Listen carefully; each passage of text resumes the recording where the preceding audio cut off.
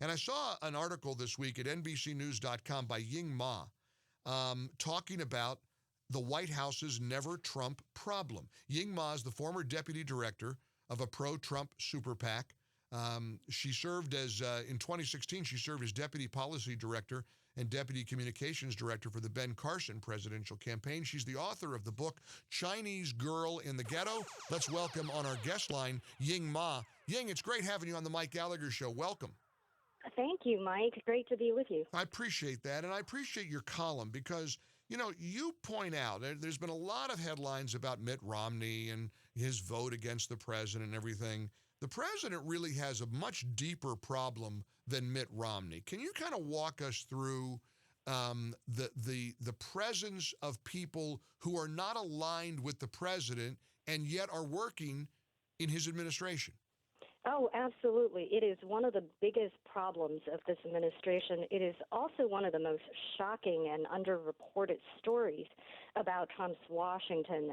Essentially, you've got all these people who believe that the president has hired nobody who disagrees with him or who went out of their way to undermine him in the 2016 election. The truth is actually very much the opposite. Every administration, when they come into office, they've got the authority to hire what are called political appointees. And there are about 4,000 of these positions, and these are the people who are supposed to help every president carry out their agenda, policy agenda, political priorities. Now, these people who get hired for these positions typically are folks who have worked for the president to help him get elected, or people who are loyal to the president's agenda. Normally, that's either a must or at least a plus.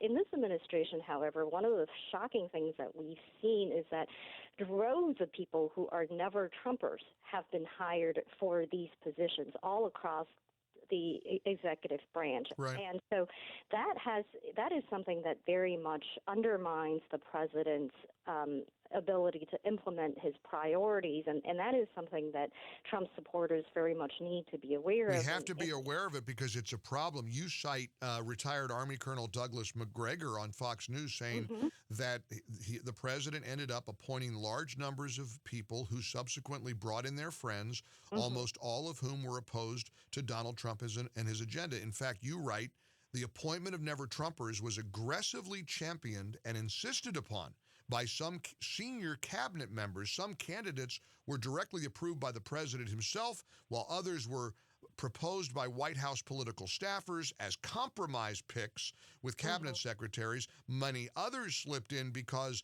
despite their anti-Trump sentiments, they had not revealed or were asked about their views in public. So my question, Ying, is that is this something that the president has been sort of almost blissfully unaware of? I mean, is this a big problem that he is on his radar? Why isn't he clearing these people out, or are there too many of them? I think there are too many of them. There are vocal Trump supporters who have been trying to tell the president that this is a big problem for him.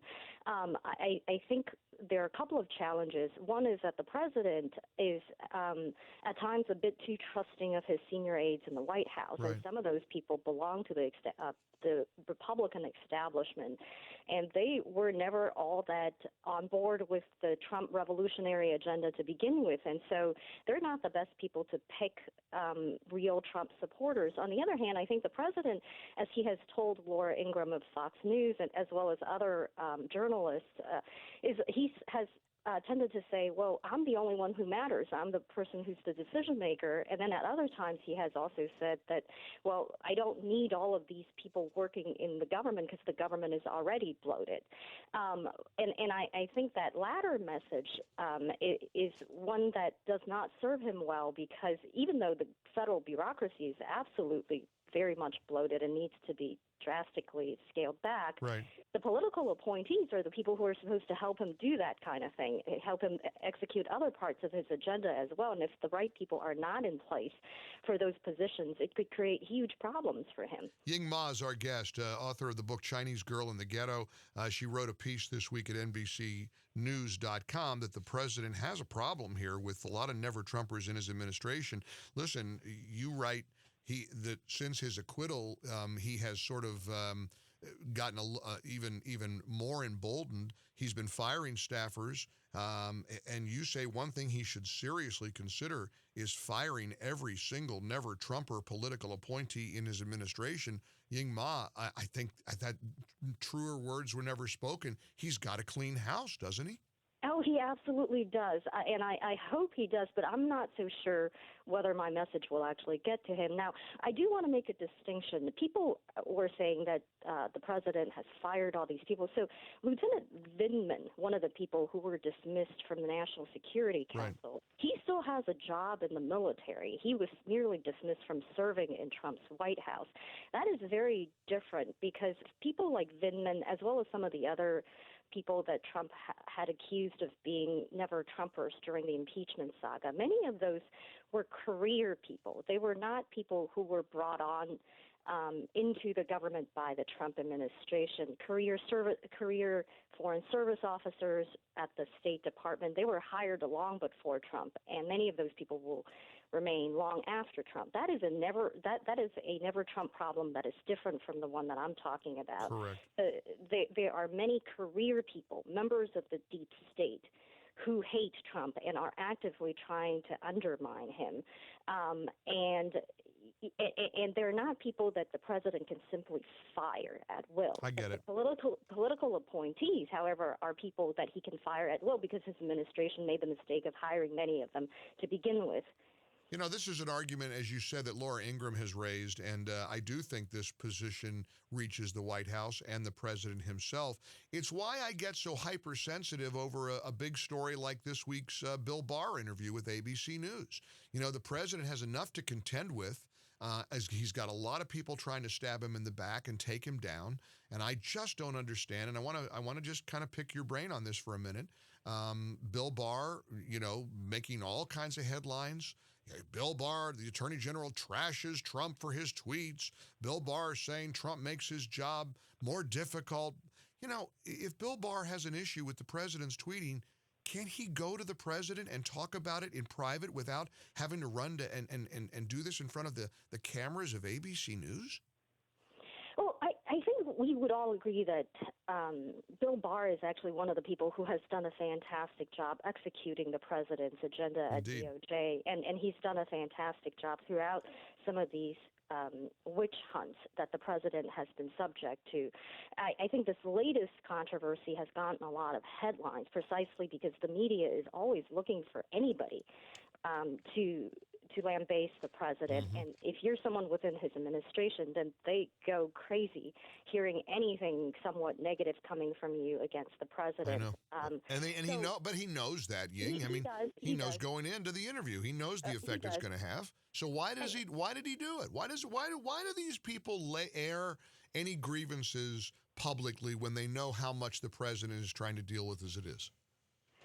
Well, I don't have a direct line to the Attorney General, but I think he probably has his own frustrations as well. The president is a very unconventional president. He tweets a lot, far more than anybody, far more than anybody expected him to. And I do believe that when Bill Barr was expressing his frustrations, that he felt he was actually trying to do something that is the right thing to do for him, but in the actions that he was trying to take, in fact, ended up being actions that the president would have applauded and did applaud. But I think he was frustrated with the headlines that came along with this. Nevertheless, I do think that despite all these latest headlines and the disagreements, and obviously the Attorney General serves at the pleasure of the president, that I think that the Attorney General up to now has been doing a fantastic job.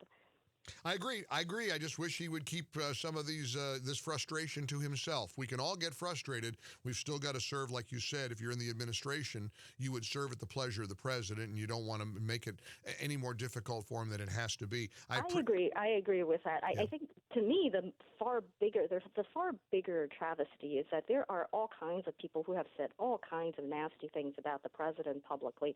They went out of their way to undermine his candidacy in 2016.